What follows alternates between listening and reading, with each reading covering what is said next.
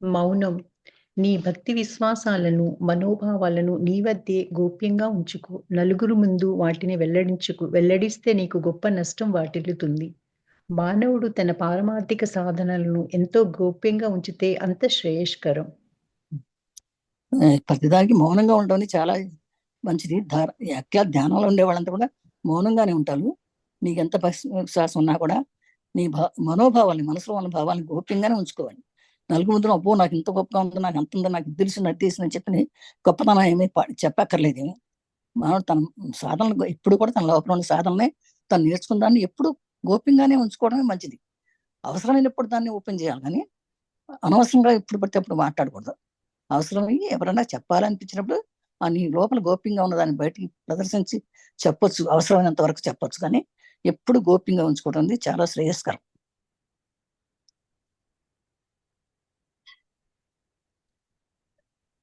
వినయం, ఆత్మగౌరవం. అహంభావానికి పతనమే ఫలితం. కాకిని చూడండి, అది తానెంతో బుద్ధిశాలిని అనుకుంటుంది. అది ఎన్నడూ వలలో చిక్కదు. ఏమాత్రం అపాయం కనిపించినా తప్పించుకొని పోతుంది. ఎంతో నేర్పుతో దొంగిలించి మేతను సమపార్జించుకుంటుంది. కానీ పాపం ఆ ప్రాణి అశుద్ధం కనుక తప్పట్లేదు. అశుద్ధం తినక తప్పట్లేదు. మితిమీరిన దాని తెలివితేటలకు ఇది ఫలం. వంచనకే అది పర్యవసానం. ఘనత వహించాలంటే వినయం కలిగి ఉండాలి. భరద్వాజ పక్షి గూడు కిందగా నేల దాపునే ఉంటుంది. కానీ అది ఎంత ఎత్తుకు ఎగురుతుందో చూడండి. మిట్ట భూమి వ్యవసాయానికి పనికిరాదు. వ్యవసాయానికి కావలసిన నీరు నిలవడానికి పల్లపు భూమే కావాలి. అలాగే గర్వంతో మిట్టిపడే హృదయ సాధకునకు పనికిరాదు. వినయం, ఆత్మగౌరవం. వినయం ఉన్నవాడికి గౌరవం, ఆత్మగౌరవం కూడా ఉంటుంది. అహంభావం ఉంటే పతనమే ఫలితం. కాకి ఉందనుకోండి, కాకి తను ఎంతో బుద్ధిశాలి అనుకుంటుంది. పాపం అదంతా నేను చాలా బుద్ధిశాలని అనుకుంటుందట. అందుకని అది ఎప్పుడు కూడా వలలో చిక్కదు, సామాన్యంగా వలలో చిక్కదు. నేను వలలో చిక్కను కాబట్టి నేను చాలా బుద్ధి వెళ్దాను అనుకుంటుందట. ఏమాత్రం అపాయం కనిపించింది తప్పించుకుని పోతుంది.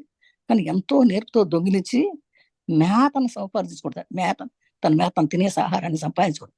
కానీ పాపం ఆ ప్రాణిది అశుద్ధం తిన తప్పట్లేదు, కానీ అలాంటి గొప్ప కాకి అశుద్ధాన్ని తింటది అని. ఎందుకంటే మితిపేరు దాన్ని తెలివితేటలు ఇది ఫలం. ఘనత వహించాలంటే వినయం ఉండాలి. భరద్వాజ పక్షి అంటే గూడు కింద నేల దాపునే ఉంటుందట, చాలా కిందకే ఉంటుంది. కానీ అది ఎంత ఎత్తుకు ఎగురుతుందో చాలా ఎత్తు ఎగురుతుంది, కానీ దాని గూడు మాత్రం కిందకే ఉంటుందట. మిట్ట భూమి వ్యవసాయానికి పనికిరాదు కదా. అంటే వ్యవసాయానికి కావాల్సిన నీరు నిలపడానికి పల్ల భూమే కావాలి. అలాగే గర్వంతో మిట్టిపడే హృదయం సహజానికి పనికిరాదు. అందుకని ఎంత ఎత్తు పెరిగాను అన్నా కానీ దాని గూడు మాత్రం కిందే కట్టుకుంటున్నాను. అది ఎప్పటికైనా ప్రమాదమే ఉంటుంది దానికి. పళ్లతో భారవంతమైన చెట్లు ఎప్పుడూ వంగి ఉంటాయి. నువ్వు ఘనుడువు కాదలిస్తే వీటి మాదిరి అణుకువ కలిగి ఉండు. గౌరవ సూచకంగా ఇతరులు కేవలం తల వంచినట్లయితే మనం సాగిలబడి పూజించాలి. ఇదే మన ధర్మం. నేను ప్రసంగిస్తున్నాను కాబట్టి మీరంతా వచ్చి వినాలి అనే అహంభావం ప్రచారకుడి మాదిరి మనం అహంభావం పొందరాదు. అహంభావానికి నిలయం అజ్ఞానం. జ్ఞానాగ్నిలో ఇది నిలువలేదు. ఎవరు నిరహంకారో నిష్కపట చిత్తుడో అతడికే జ్ఞానం లాభం కలుగుతుంది. వాననీరు పల్లపు నేలలో నిలబడుతుంది. మిట్ట నుండి కొట్టుకుని పోతుంది. మిట్టపడే వారి హృదయం నుంచి జ్ఞానం కొట్టుకుని పోతుంది. అది పళ్ళతో భారమైనటువంటి చెట్లు నుండి బాగా పడునున్నాయని కూడా చెట్టు వంగి ఉంటుంది. అట్లాగే గౌరవం బాగా ఉన్నటువంటి వాడు వంగే ఉంటాడు, తల వంగే ఉంటాడు. బాగా జ్ఞానం అనేవాడు ఎప్పుడు పొందుతాడు, తల వంచిన వాళ్ళకే పూజిస్తారు. అలాగే అంతే నేను చెప్తున్నాను, నేను గురువుని, మీరంతా అయినండి, రండి రండి అని అహంకారంతో ప్రచారం చేసుకుంటే ఎవడో అహం పైకి రాడు. అహంభావం ఉన్నవాడికి అహంభావం ఉన్నాడు కింద తొక్కిపోతాడు. అజ్ఞానం ఉన్నవాడే అహంకారం. జ్ఞానాగ్నిలో నిలవలేడు. ఎవరు నిరహంకారో నిష్కపటో తనకే జ్ఞానం కలుగుతుంది అనుకుంటాడు. వానీరు పల్లవకే వెళ్తుంది కానీ పైకి ఎక్కదు కదండి. పల్లవ నీళ్ళలో నీరు పారుతుంది కానీ పైకి ఎక్కదు, మిట్ట నుండి కొట్టుకుపోతుంది. అట్లాగే గర్వం ఉండేవాడికి నుంచి జ్ఞానం కొట్టుకుపోతుంది అనమాట. గర్వం ఉంటే జ్ఞానం, ఎంత జ్ఞానం ఉన్నా వేస్ట్. తక్కడిలో భారవంతమైన సిబ్బి కిందకు పోగా తేలికైనది పైకి లేస్తుంది. అర్హుడు సమర్థుడు ఎప్పుడు అణుకో కలిగి ఉంటాడు. మూర్ఖుడు మిట్టి పడుతుంటాడు. పెనుగాలిచే కొనపోబడే పులి విస్తరాకు మాదిరి నిగర్వంగా ఉండు. సూదిలో దారాన్ని ఎక్కించాలనుకుంటే సరిగా లేని పోగులను తొలగించి దారాన్ని కొన తేలేటట్లు చేయాలి. అప్పుడు దారం సులువుగా సూది బెజ్జంలోకి ఎక్కగలదు. నీ మనోబుద్ధులను భగవంతుడి మీద ఏకాగ్రం చేయదలిస్తే కకావికలైన కోరికలను తొలగద్రోసి అహంకారాన్ని వీడి వినమ్రుడివై దీనభావం వహించు. ఎట్టయితే దగ్గరలో ఉండే బరువు పైకి వెళ్ళదు, తేలిగితే పైకి వెళ్ళిపోద్ది. అలాగే మూర్ఖుడు కూడా తెలివి తక్కువ వాడికి ఆడు అలాగే ఉంటాడు. ఎట్లా అయితే బాగా గాలి వస్తే ఇస్త్రాకు ఎగిరిపోయినట్టుగా అన్నీ ఉన్నాయనుకోండి, అన్నీ ఉన్న ఇస్త్రాకు అణిగిమణిగి ఉంటుంది, ఏమీ లేస్తే ఎగిరిగిరి పడుతుందని అంటుంటాం. అలాగే ఉంటుంది అన్నమాట ఇస్త్రాకు. అలాగే సూదిలో దారాన్ని ఎక్కించాలంటే సరిగ్గా పోగులు తొలగించి చక్కగా పోగులుగా ఉంటే ఎక్కదు. ఆ దారాన్ని అంతా కొనని చక్కగా సులువుగా చెప్పాలంటే సులువు ఎక్కించగలం. చక్కగా అన్నీ కలిపి పోగులన్నీ కలిపి ఒక్కటిగా చేస్తే సూది బెజ్జంలాగా ఎక్కదు. కానీ పోగులుగా ఉంటే ఎక్కించలేము. అటుగా నీ మనోబుద్ధులన్నీ కూడా భగవంతుడమే ఏకాగ్రంగా ఉంటే మాత్రమే నీ కోరిక. అందుకని కకావికలం అయిపోయి ఇష్టం వచ్చిన నీ కోరికలు, ఆ కోరిక కాసేపు ఇది కావాలి, కాసేపు అది కావాలి, ఇది కావాలి అని విపరీతమైన కకావికలైనట్టు కోరికలు ఉంటే నీకు భగవంతుడి మీద రాదు. అవన్నీ వదిలేసేసి అహంకారాన్ని విడేసి ఎప్పుడైతే వినమ్రుడై ఉంటావో అప్పుడే భగవంతుడి భావం వస్తుంది, దొరుకుతుంది. అనేకులు వినయం ప్రదర్శించనించి నేను బురదలో పొల్లాడే పాములాంటి వాడినండి అంటుంటారు. ఈ తీరులో తాము పురుగులమని భావించుకుంటూ కాలక్రమాన వారు పురుగుల మాదిరే బలహీనులవుతారు. దైన్యాన్ని నీ మనసులో జొరబడనివ్వకు. దైన్యం అనేది, నిరాశ అనేది పురోగమనానికి ప్రబల శత్రువు. భావనను అనుసరించే సిద్ధి కలుగుతుంది. మానవు ఉన్నవాడే మానవుడు, ఇతరులంతా మానవ మాతృలు. ఆత్మ ప్రభావాన్ని ప్రకటించే గర్వం కాబోదు. ఆత్మ గౌరవాన్ని అణిచివేసే వినయం కాదు. అనేక చాలా మంది వినయం ప్రదర్శించాలనుకుంటారు. కొంతమంది అంటారు, నీ బురదలో పాములు అంటండి, నదిలేయండి వెళ్తే అంటారు. ఆ బురదలో పాములాగా ఉండేవాడంటే నువ్వు అలాగే ఉండిపోతావు. నువ్వు ఆత్మ బలహీనం చేసుకుంటావు. నేను మనసులో, అందుకని దైన్యాన్ని మనసులో తొలగనియాలి. నేను చిన్నవాడిని, నేను పిచ్చివాడిని, నేను తెలియని వాడిని, నేను తొలుతుక్కువాడిని అనుకోకూడదు ఎప్పుడు కూడా. నాకు ధైర్యం ఉందని నేను నాకు ధైర్యం ఉందని అనుకోవాలి, కానీ నాకు ఏమీ లేదు పిరికాడిని అనుకోకూడదు ఎప్పుడు కూడా. దేనికోసం నిరాశపడితే నిరాశగానే ఉంటుంది. ఇప్పుడు కూడా ముందు పురోగమించడానికే చూడాలి, కానీ నేను నిరాశపడిపోయి పరిగెత్తే ఆ నిరాశగానే ఉంటుంది. అసలు అది మన విశ్వం అదే ఉంటుంది, మన మాట అదే ఉంటుంది. కానీ మౌనం ఉన్నవాడే మాధవుడు. అందుకని ఇతరులంతా కూడా మానవ మాతృలే, కానీ అందుకని మనం ఉన్నవాడే మానవుడు అని అనుకోవాలి. ఆత్మప్రభావాన్ని ప్రకటించే గర్వం కాదు. ఆత్మగా అనుసరించి వినయం కాదు.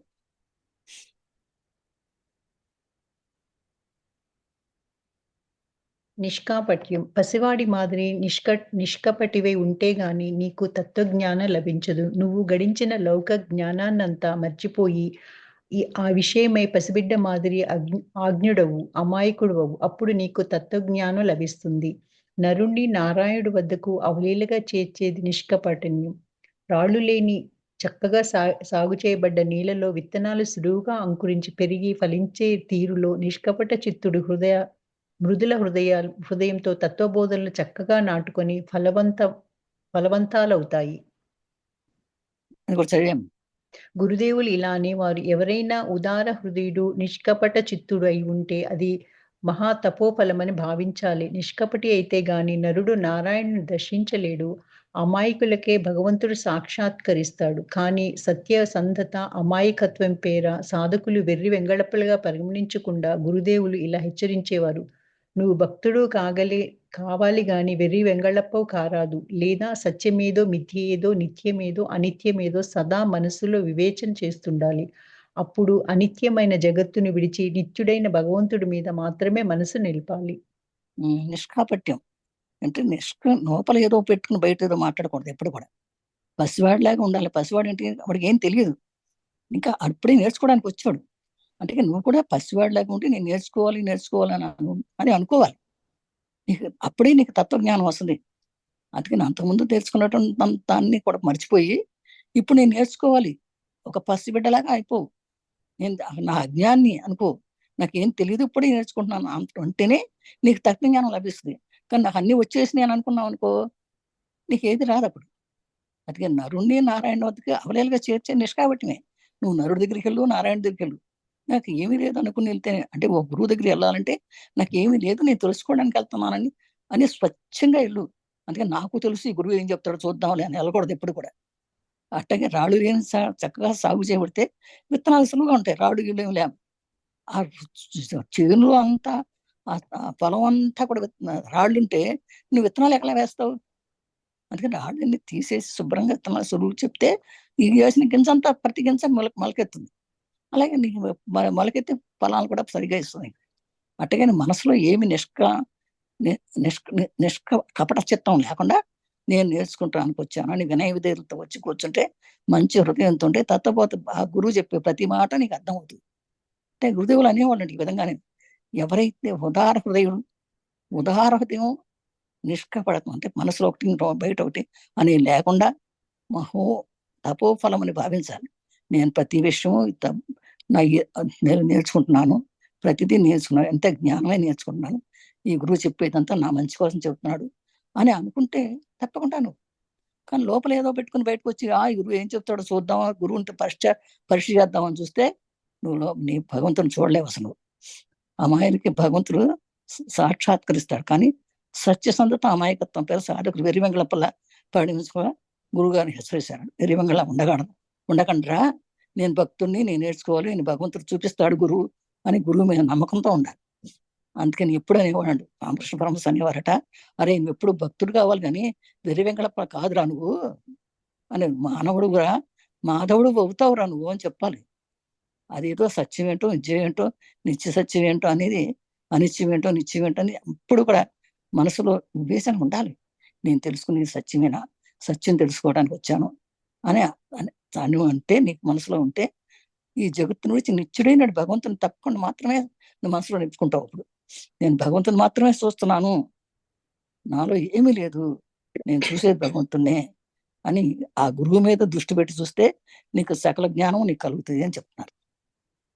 కోర్కెలను జయించటం. ఎవడు ఈ లోకంలో జీవించి ఉండి మృతుడై ఉంటాడో, అంటే శవంలో వలె ఎవడి కామక్రోధులు నిగ్రహింపబడి నిర్మూలమవుతాయో అలాంటి వాడే మానవోత్తముడు. దివ్యమైన మానస సరోవరం క్రోధాదులని పెనుగాల్పులచే కల్లోలమై ఉన్నంత వరకు అందులో పరంజ్యోతి ప్రతిబింబం కనిపించదు. నిర్మలమై ప్రశాంతమై భగవత్ చింతనలో నిమగ్నై ఉండి మానసంలో మాత్రమే దైవదర్శనం లభిస్తుంది. మనస్సులో కామమనే కళంకం అణుమాత్రమున్న భగవంతుణ్ణి చూడలేరు. కాబట్టి నీ చిల్లర కోరికల్ని తీర్చుకొని పెద్ద కోరికలను వివేక వైరాగ్యాలచే విడిచిపెట్టు. ఎట్లా ఏ విధంగా మనం కోరికలను జయించాలి? కోరికల లోపల అనేకమైన కోరికలు ఉంటాయి. ఓడిపోతే ఓడిపోతే వస్తానే ఉంటాయి. ఆ కోరికలు అన్నింటినీ జయించడం ఎలాగంటే, ఈ జీవితంలో ఈ లోకంలో ఎవరు మృతులై ఉంటాడో అంటే ఎవడు ఈ లోకంలో జీవించి ఉండి మృతై ఉంటాడట. అంటే జీవించి అంటే ప్రాణం ఉంది, మృతులు ఏమీ లేదు తెలుసుకోకుండా అంటాడు. అంటే శవమలే పడి ఉంటాడు. శవమలే ఎవడు పడి ఉంటాడు? కామక్రోధాలు లోభమోహాలు లేనటువంటి వాడు నిర్మూలంగా అవుతాడు. అలాంటి వాడి మానవత్వం. మానవత్వం అంటే మానవుల్లో ఉత్తముడు. అంటే కోపం, జిగుప్స, అసూయ, ద్వేషం ఏమి లేవు. అలా మృతుడై ఉంటాడు. అప్పుడు ఈ దివ్య మానస సరోవరం ఉంది మన లోపల ఉన్నటువంటి దివ్యమైన మానస సరోవరం ఈ కామక్రోధాలనే పెనుగాల్పులచే కల్లోలమైనంత వరకు మనకి ఏమి చూడలేము. మన లోపల ప్రతిబింబం చూడలేము, ఏమి చూడము. ఎప్పుడైతే కామక్రోధ మదమోహ మాత్సర్యాలు కంప్లీట్ గా పోగొట్టుకున్నామో, జయించేసామో, నిర్మలంగా ఉంటుంది మన లోపల. ప్రశాంతమైన భగవచ్చింతంలో నిమగ్నం అంటే మానసంలో దైవ దర్శనం లభిస్తుంది అన్నమాట. అంటే ఎలాంటి మనసు ఉండాలో మనం అందరూ గ్రహించాలి. ఇక్కడ మనస్సులో కనుక కామనే కళంకం మాత్రం ఉన్నా, ఏమాత్రం కొంచెం కామం ఉంటే భగవంతుని చూడలేవు. కాబట్టి నీ చిల్లర కోరికలను తీసుకుని పెద్ద కోరికలను వివేక వైరాగ్యాలను విడిచిపెట్టేసి, చిల్లర కోరికలు తీసుకో, ఆ పెద్ద వైరాగ్యాల కోసం విడిచిపెట్టేసి అని చెప్తున్నారు. లోతైన నూతి దగ్గర నిలబడ్డ వ్యక్తి దానిలో పడిపోతానేమో అని అతి జాగరూకుడై ఉండేటట్లు, సంసారంలో జీవించే వ్యక్తి దానిలోని వ్యామోహాలకు చిక్కకుండా సదా జాగ్రత్తతో మెలగాలి. మోహనిలయమైన సంసార కూపంలో పడ్డ వ్యక్తి నిరాపాయంగాను నిష్కళంకంగాను బయటపడటం దుర్లభం. కామక్రోధాలు ఎప్పుడు లోబడతాయి అని ఒకరు అడగ్గా గురుదేవులు ఇలా జవాబిచ్చారు. కామక్రోధాలను సంసారపరంగా భోగపరంగా నడుపుతున్నంత వరకు అవి నీకు శత్రువులుగానే ఉంటాయి. వాటిని భగవంతుడి వైపుకు మరలిస్తే అవే నీకు పరమాప్త వర్గం అవుతాయి. అవి నిన్ను అప్పుడు భగవంతుడి సన్నిధికి కొనిపోతాయి. విషయాల్లోని కామాన్ని భగవంతుడి పట్ల కామంగా మార్చాలి. ఇతరుల మీద కలిగే కోపాన్ని భగవంతుడి మీద ప్రసన్నుడు కానందుకు అతడి మీదకి తిప్పాలి. అరిషడ్ వర్గంలో మిగిలిన శత్రువులన్నింటి విషయంలోనూ నువ్విలాగే ప్రవర్తించాలి. కామాదులను నిర్మూలించలేం, కానీ వాటి ఆత్మగతిని కల్పించి దివ్యంగా ఒనర్చుకోవచ్చు. ఉమ్. లోతైన నూతిలో నిలబడితే వ్యక్తి అమ్మో ఇక్కడ పడిపోతానేమో అయిపోతానేమో అతి జాగ్రత్తగా ఉంటాడు. ఆ సంసారంలో జీవించే వ్యక్తి వ్యామోహాలకు చెక్కకుండా సదా జాగ్రత్తగా ఉండాలి. ఎట్టయితే నువ్వు దగ్గర ఉండి పడిపోతానేమో జాగ్రత్తగా వస్తాడో, ఈ సంసారంలో ఉన్నట్టు కూడా వ్యామోహాలు చెక్కకుండా జాగ్రత్తగా ఉండాలి. అట్లే ఈ సంసారం అంటే ఏంటి? మోహనీయంగా ఎప్పుడు ఇది కావాలి, అది కావాలి, ఇది కావాలంట.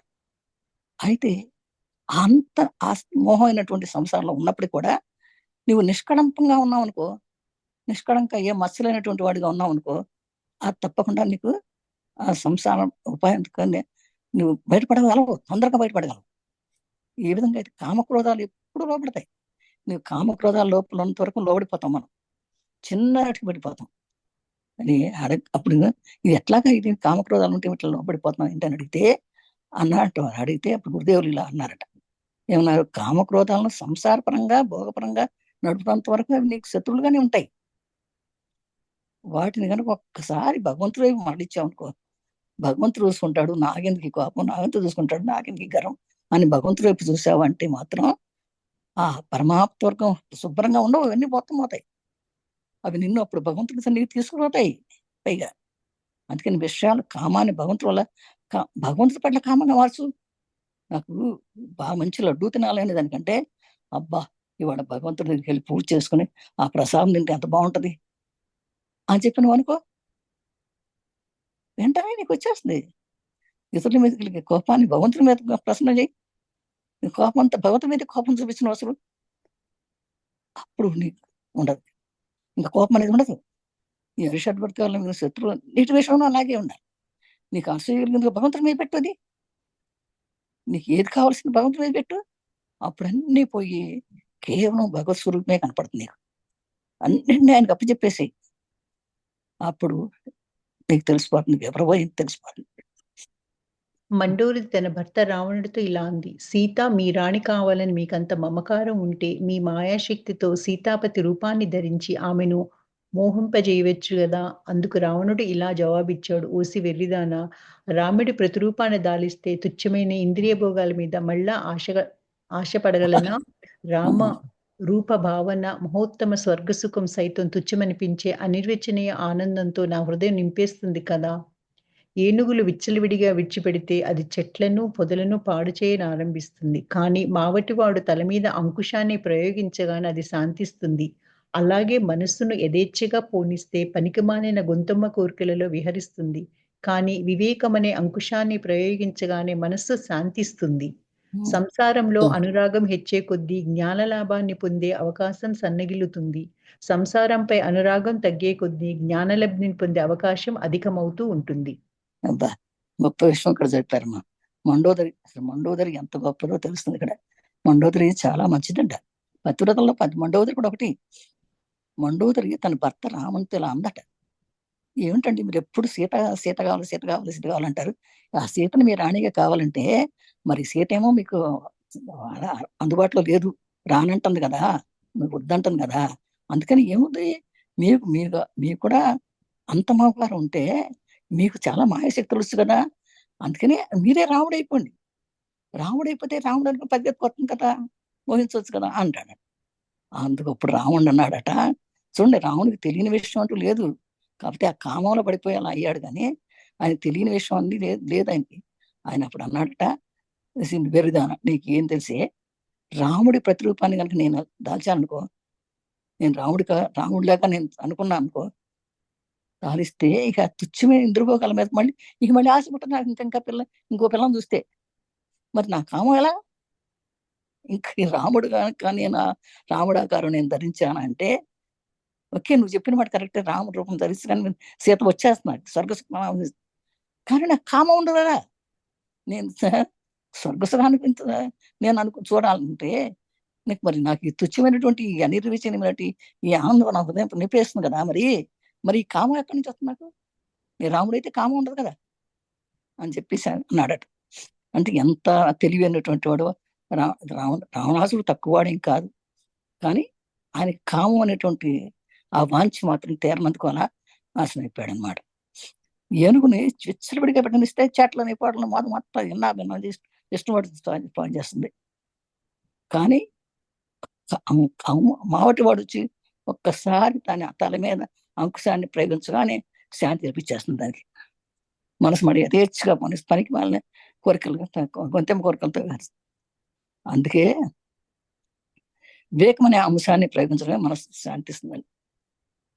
సంసారంలో ఇప్పుడు చదివామంటే అనురాగం పెంచే కొద్దీ జ్ఞానాలాభాన్ని పొందే అవకాశం లభిస్తుంది. ఎప్పుడైతే ఈ సంసారంలో అనురాగం పెరిగితే జ్ఞానలాభాన్ని పొందే అవకాశం సన్నగిలుతాడు. ఈ సంసారాన్ని ఎప్పుడు ఎద్దు చేసుకుని నాకు ఈ సంసారం, అది నా భర్త, నా పిల్లలు, నా వాళ్ళు అని అనుకుంటే ఉంటే జ్ఞానం తగ్గిపోతుంది. ఈ సంసారం పైన అనురాగం తగ్గితే అంతా మన వాళ్ళే, అందరూ ఒకటి, అందరూ సమానమే అని అనుకుంటే తగ్గితే నాది అనే భావం తగ్గిందనుకో జ్ఞానం పెరుగుతుంది అనే అవకాశం ఉంటుంది అని చెప్పి చెప్తున్నారు. మజ్జిగ నుంచి వెన్నెన చిలికి తీసాక దాన్ని మజ్జిగతో పాటు ఒక పాత్రలో ఉంచకూడదు. ఉంచితే దాని రుచి, చిక్కదనము కొంతవరకు తగ్గిపోతాయి. నిర్మలమైన నీళ్లలో మరో పాత్రలో ఉంచాలి. అలాగే సంసారంలో మానవుడు కొంత పరిపక్వ స్థితిని పొందాక లోకులతో కలిసి సాంసారిక వ్యామోహాల నడుమ నిలిచి ఉండే పక్షములో కలంకితుడు కాగలడు. అలాంటి వాడు సంసారానికి దూరంగా ఉన్నప్పుడే నిర్మలుడై ఉండగలడు. మనలో అనాదిగా ఉన్న కామాన్ని జయించటం ఎలా అని ప్రశ్నించాడు. పువ్వులోని పిందె పెద్దదైనప్పుడు పూరేకులు వాతంతట అవే రాలిపోతాయి. అలాగే నీలోని దివ్యత్వం వికసించగానే మానవ దౌర్బల్యం దానంతట అదే తొలగిపోతుందన్నారు శ్రీరామకృష్ణుడు. మీరు అన్ని చాలా ఉదాహరణలు చెప్తారు. మజ్జిగ వచ్చి వెన్న తీసేసిన తర్వాత ఇక మజ్జిగలో పాత్ర ఉంచడం, మజ్జిగ పాత్ర మజ్జిగదే, వెన్న పాత్ర వెన్నదే. దాని లేకపోతే దాని రుచి పోద్దట. ఈ నిర్మలం ఎట్లయితే నిర్మలమైన నీళ్ళలో మరో పాత్రలో ఉంచాలో, అలాగే సంసారం ఉండే మానవుడు కూడా కొంత పరిపక్వత స్థితిని పొందినాక లోకులతో కలిసి ఉండకుండా సంసారంలో ఉంది. ఈ సంసార వ్యామోహంలో నడుము మిలిచి ఉండే పక్షంలో కళంకితలుగా అవుతాడు. మళ్ళీ ఇదే మొదలవుతుంది. కనుక అలాంటి వాడు సంసారానికి దూరంగా ఉంటేనే నిర్మలంగా ఉండగలుగుతాడు. యోగిలాగానే ఉండాలి, సంసారంలాగానే ఉండాలి అని చెప్పడం. అప్పుడు అనాదిగా ఉన్న కామాన్ని జయించడం ఎలాగాని అడిగాట ఒక శిష్యుడు. అప్పుడు రామకృష్ణ అన్నారు, పువ్వులో పిందె ఎలా ఉంది అంటే అనాదిగా ఎప్పటి నుంచో ఉన్నటువంటి కామాన్ని ఎలా జయించాలని అడుగుతున్నాడు. అంటే ఈ పువ్వులో పింద ఉంటది. పెద్దదైతే ఏమవుతుంది, ఆ పువ్వు పెద్దదై నుంచి పూరేకులు ఉన్నాయే వాటి దగ్గర మనం వెళ్ళి రేకులని పీసేయం. ఒక్కొక్క రేకు ఆడంతకు అయ్యే రాలిపోతాయి. అలాగే నీలో నుండి దివ్యత్వం పెరుగుతున్న కొందికి కూడా దౌర్బల్యం ఉంటుంది. నేను మానవుడిని అనే అన్ని వెళ్ళిపోతాయి, ఆడంతకు అవే వెళ్ళిపోతాయి అని చెప్తుంది. తీవ్ర వైరాగ్యం వహించిన ఒక మారు భగవద్ దర్శనం పొందగానే అత్యంత బలీయమైన మోహాపాసాలు విచ్ఛిన్నమైపోతాయి. అలాంటి వాడికి ఇక భార్య వల్లనైనా మోహోపాయం ఉండదు.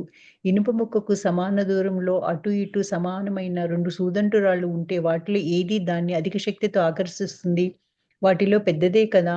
భగవంతుడే ఈ పెద్ద సూదంటురాయి. అప్పుడు చిన్న సూదంటురాయి వంటి స్త్రీ అందుకు వ్యతిరేకంగా ఏమి చేయగలదు? ఇంద్రియ లోలుత్వం ఎప్పుడు నశిస్తుంది? ఎవడు సమస్త ఆనందాలకు, సుఖాలకు నిలయమో, పరమావధో అటువంటి పరమాత్మను ప్రార్థించేటప్పుడు ఇంద్రియ లోలత నశిస్తుంది. విషయ సుఖాలలోని వ్యామోహం అంతరిస్తుంది. బ్రహ్మానందాన్ని అనుభవించే వారికి అహేక సుఖాలు రసహీనంగా, తుచ్చంగా కనిపిస్తాయి. అవి వారిని ఆకర్షించలేవు. హేలాంచాన్ని ఒకానొక వనమూలిక సేవించటం పెరటిలోని సామాన్య మూలికలను తినడం వంటిది కాదు. కలకండను తినటం, మిఠాయిలను తినడం వంటిది కాదు. ఇందు మొదట చెప్పబడినవి శరీరానికి ఆరోగ్యకరాలు. రోగులు సైతం వీటిని సేవించవచ్చు. కానీ మైన ప్రణవం సామాన్య శబ్దం కాదు. సాక్షాత్తు పరబ్రహ్మ స్వరూపం. అలాగే భగవంతుని వద్ద పవిత్రతను, భక్తి జ్ఞానాలను కోరుకోవటం క్షుద్రమైన లౌకిక వాంఛలతో పోల్చకూడదు. తరువాత తెలివితో శరీరానికి అనారోగ్యకరాలు తారక మంత్రం. ఓకే. ఏంటంటే తీవ్రమైన వైరాగ్యం వస్తే కుమారుడు తీవ్రమైన వైరాగ్యంలో ఉన్నప్పుడు ఒకసారి ఆ భగవంతుని పొందితే ఎంతో ఒక బలమైనటువంటి మోహపాస్యం పోయి, ఇక ఎట్లా అంటే ఇక ఒక భార్య వలనైనా మోహభయం ఉండదట. ఇనుపముఖం చూసినా సమాంతరంలో అటు ఇటు ఇటు శాసమైన 2 సూర్యంత్రాల మధ్యలో ఉన్నట్టుగా ఉంటదట. అధిక శక్తితో ఆకర్షిస్తుందట.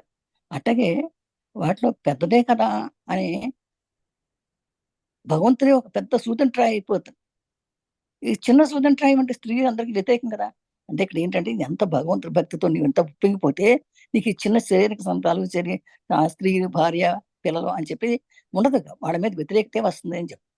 అట్లా ఇంద్రియ లోలత్వం ఎప్పుడు నశిస్తుందంటే ఎవరైతే సమస్త ఆనందాలు సుఖాలకు నిలైన పరమావధిలో అటువంటి పరమాత్మ ప్రార్థించినప్పుడు నువ్వు నిజంగా కూడా నీకు ఇంద్రియ లోలత్వం ఉంటే, నువ్వు ఎప్పుడైతే భగవద్భక్తిలో మునిగిపోయి ఉంటావో ఆ ఆటోమేటిక్గా నీకు ఇంద్రియ లోలత్వం అంతా పోతుంది. ఇంకా విషయ సుఖాల్లో వ్యామోహం అనేది ఉండదు, అంతరించిపోతుంది. బ్రహ్మానందం అనుభవించే వారికి ఐక సుఖాల మీద రసహీనంగా తుచ్చంగా అనిపిస్తాయి. ఎప్పటికీ నువ్వు ధ్యానంలో ఉండి హాయిగా కూర్చొని లోపల నిశ్శబ్దంలో ఉండి నువ్వు ఆనందాన్ని చూస్తున్నావు, ఈ చిన్న చిన్న చిన్న సుఖాలన్నీ కూడా నీ ఆకలి దెప్పులు కూడా ఉండవు. నీకు అదే కావాలి ఇది కావాలని ఉండదు. ఓకే, నేను రుచికర లడ్డూలు కావాలి మైసూరు పాకం కావాలి ఉండదు. నాకు నా పిల్లలు అని ఉండదు. డ్యూటీ నువ్వు చేస్తావు, నీ డ్యూటీ నువ్వు చేయవలసిన డ్యూటీ చేస్తావు. కానీ నీకు ఆనందంలో ముడిగినప్పుడు చిన్న చిన్న చిన్న కోరికలు, తుచ్చమైన కోరికలు ఉండవు, ఉండను కాక ఉండవు. అలాగే హేలాంచాన్ని అని నాకు తెలియదు, ఏదో ఒక వనమూలిక అంటది, ఏదో తెలియదు. దాన్ని సేవించితే పెరట్లోని సామాన్య మూలికలు ఏమన్నా ఉంటే దానికి దాని అవసరమైన ఉండదు. ఈ విధంగా కలకండ తినడం వల్ల మిఠాయి ఉందని, కలకండ తింటే కలకండ ఏంటో మరి అన్నిటికంటే గొప్పదని, బాగా తీగా ఉంటుందో మనకు తెలియదు. మిఠాయిలు తినడం ఉంది కాదట. అంటే మొదలు చెప్పినట్టు శరీరానికి ఆరోగ్యం కోసం తినొచ్చు, కానీ ఈ సామాన్యంగా ప్రణవం అట్లాగే మన ప్రణవం అంటే ఒక ఓంకారం చూసారా, ఓంకారం అన్ని మంత్రాలు లాంటిది కాదు. ఓంకారానికి ఎప్పుడైనా నీ మనసు నిలవకపోతే ఓంకారం అనేది అన్ని మంత్రాల్లోకి ఓంకారం చెప్పుకుంటాం. ఆ ఓంకారం లేని మంత్రం ఉండదు అసలు. అలాగే ఆ ఓంకారం అనేది మన నాలుగు మీద ఉన్నంత వరకు కూడా మనకి ఏ మంత్రం రాకపోయినా ఏం పర్వాలేదు. సాక్షాత్ ఆ పరబ్రహ్మాని స్వరూపమే అది. అందుకని భగవంతుడు ఒక పవిత్రమైన రూపంగా నువ్వు తెలుసుకున్నట్టయితే, ఆ భగవంతుడు పవిత్రమైన నామం నీ లోపల ఉంటుంది.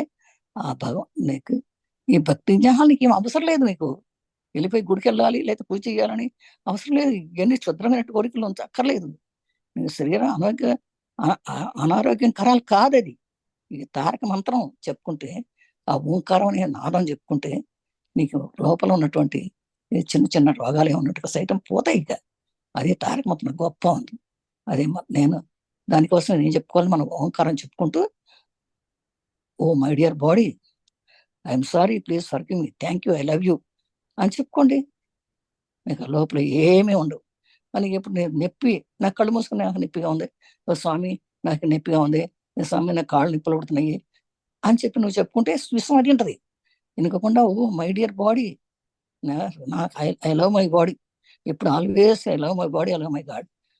ఎప్పుడైతే అలా అనుకుంటావో మై డియర్ బాడీ, నేను ఎప్పుడో పొరపాటు ఏదో చేసి ఉంటాను, ఐఎమ్ సారీ, ప్లీజ్ ఫర్గివ్ మీ, నన్ను క్షమించు, I'm happy, I'm thank you to thank you అని చెప్పుకుంటే నీకు అది వింటది విశ్వమని. ఏ నిప్పులు రావండి, ఏ బాధలు ఉండవు.